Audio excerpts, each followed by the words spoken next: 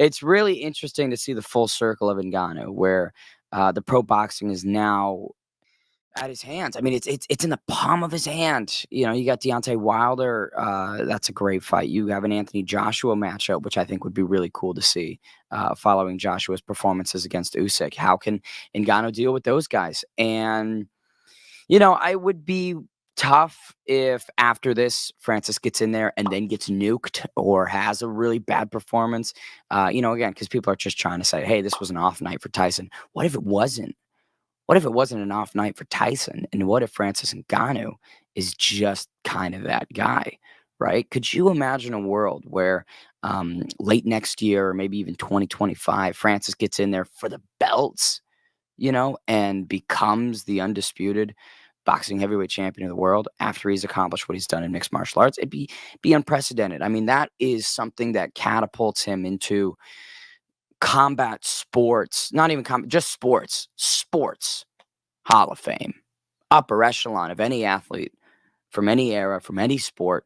That level of accomplishment would really put Francis Ngannou into the most elite company when people remember him and his career and what he's done. And it's a shame that the UFC and him have obviously boiled their relationship to a real unsalvageable level, because a fight with John Jones would be the next, I don't want to say next best thing, but if there was ever a mixed martial arts return, that would be optimal. That would be ideal. And I recognize that there's the PFL contract that he has and the work that he's doing with that organization. But question that I keep seeing people say, why do it? Why go back to the PFL? That's kind of a step down, going from fighting Tyson Fury, knocking him down, and then heading back to the smart cage. I mean, I think that there's more value for Francis in boxing, and I'd love to see him in mixed martial arts and continue the 4-ounce glove journey. But who do you put him in there with? I mean, what PFL heavyweight attracts attention and has the marketability that now Francis Ngannou has achieved? I mean, this is a guy who's now transcended just MMA and just combat sports. Where I'm not saying complete stardom, but he has really enlarged the footprint that he carries now. And Renan Ferreira, Maurice Green, Ante Dalia, where do you put Francis next? In my mind, it has to be something big, and John Jones is the biggest there is. And with the beef, I don't know if I would say beef. Let me rephrase that. With the history that they've shared, the stare downs at events, and obviously the back and forth on social media, that it just makes the most sense. But again, Luke Thomas pointed this out. There's nothing stopping them from doing it. What's stopping them? What is stopping them from doing Francis Ngannou and John Jones? Nothing. Absolutely nothing. There's no contracts that are restricting Ngannou from that matchup or the UFC from creating it. There's no existing plans right now. Again, Francis is kind of a clear calendar. We'll see what he does next, and I'm very interested and looking forward to it. But that is up in the air. That is TBD. So it just comes down to them not wanting to do it, which is insane. I mean, imagine you did Ngannou versus Jones in March or April even, right? Headline a pay-per-view. How many do you think they sell? How many pay-per-views does Ngannou versus John Jones sell? That's the real question. And dare I say 1.5? Dare I say 2? Where is that ceiling for what we have now with Ngannou and what an MMA return against the GOAT would be? I think it's just tough that the UFC is not at a point where they can maybe swallow their own issues and recognize this is the best thing that we can do. I don't know if John Jones wants to do that. Does Jones want to do that? Would a matchup with Ngannou entice him more? Would it make more sense? Those are the questions that I think he's going to have to face next year if he wants to do it at all. Maybe that was it. maybe that is the sad conclusion and an anticlimactic and an unfortunate end to his career. Maybe this injury is it.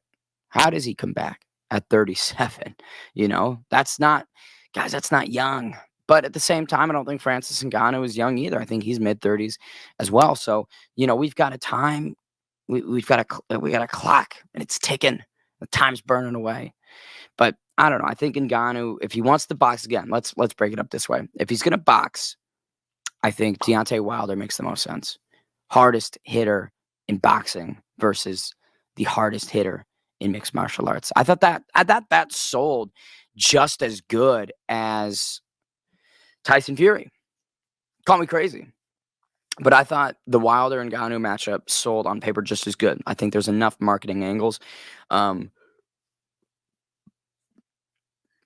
Deontay's got enough of a record and history built out in the division, and it'd be a firefight. I mean, I don't think that would go the distance. Either Ngannou crumbles or Wilder crumbles, and I think that's the one that I would book next. Again, like I mentioned earlier, if Anthony Joshua is interested, if Anthony Joshua wants Francis Ngannou, why the hell not? Again, two gigantic, chiseled individuals going at it, who are at the top of their respective disciplines.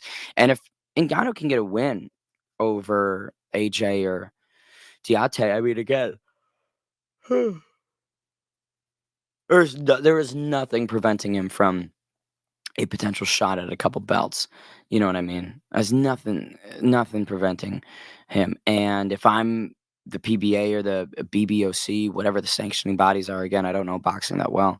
I would push for an Ngannou title fight if he's able to get by one of these guys. And then yeah, I mean, we haven't even talked about a Fury rematch. We haven't even talked about running it back with Tyson, which is, he's got to fight Usyk first. That's, in my opinion, that's a harder one to answer. That is a harder one to answer. I mean, it's easy to answer comedically. Parker Porter, Chris Barnett, a lot of great options. I'm not sure who proposed this. It might have been Aaron Bronstetter, but someone said Vadim Nemkov. They said Vadim Nemkov would be the perfect opponent. Fedor Emelianenko's protege, currently the Bellator light heavyweight champion. I would be interested to see it. Hey, Vadim, get him some more meat on the bones, thicken up by a couple pounds, and then take on Ngannou in the smart cage after the Bellator sale is done and wrapped up. I wouldn't hate it. I think Ryan Bader could be another option. Granted, Bader is old, and I think Ngannou could probably deal with him like how he dealt with Cain Velasquez, you know, which in other words is easy. Again, no disrespect, but Francis Ngannou versus Ryan Bader. Oh, I mean, we know how that's going to go. So I think Vadim Nemkov is an interesting shout. I think maybe even Corey Anderson. Corey Anderson is a top. I don't know if he's the number one or number two guy, but top ranked Bellator light heavyweight.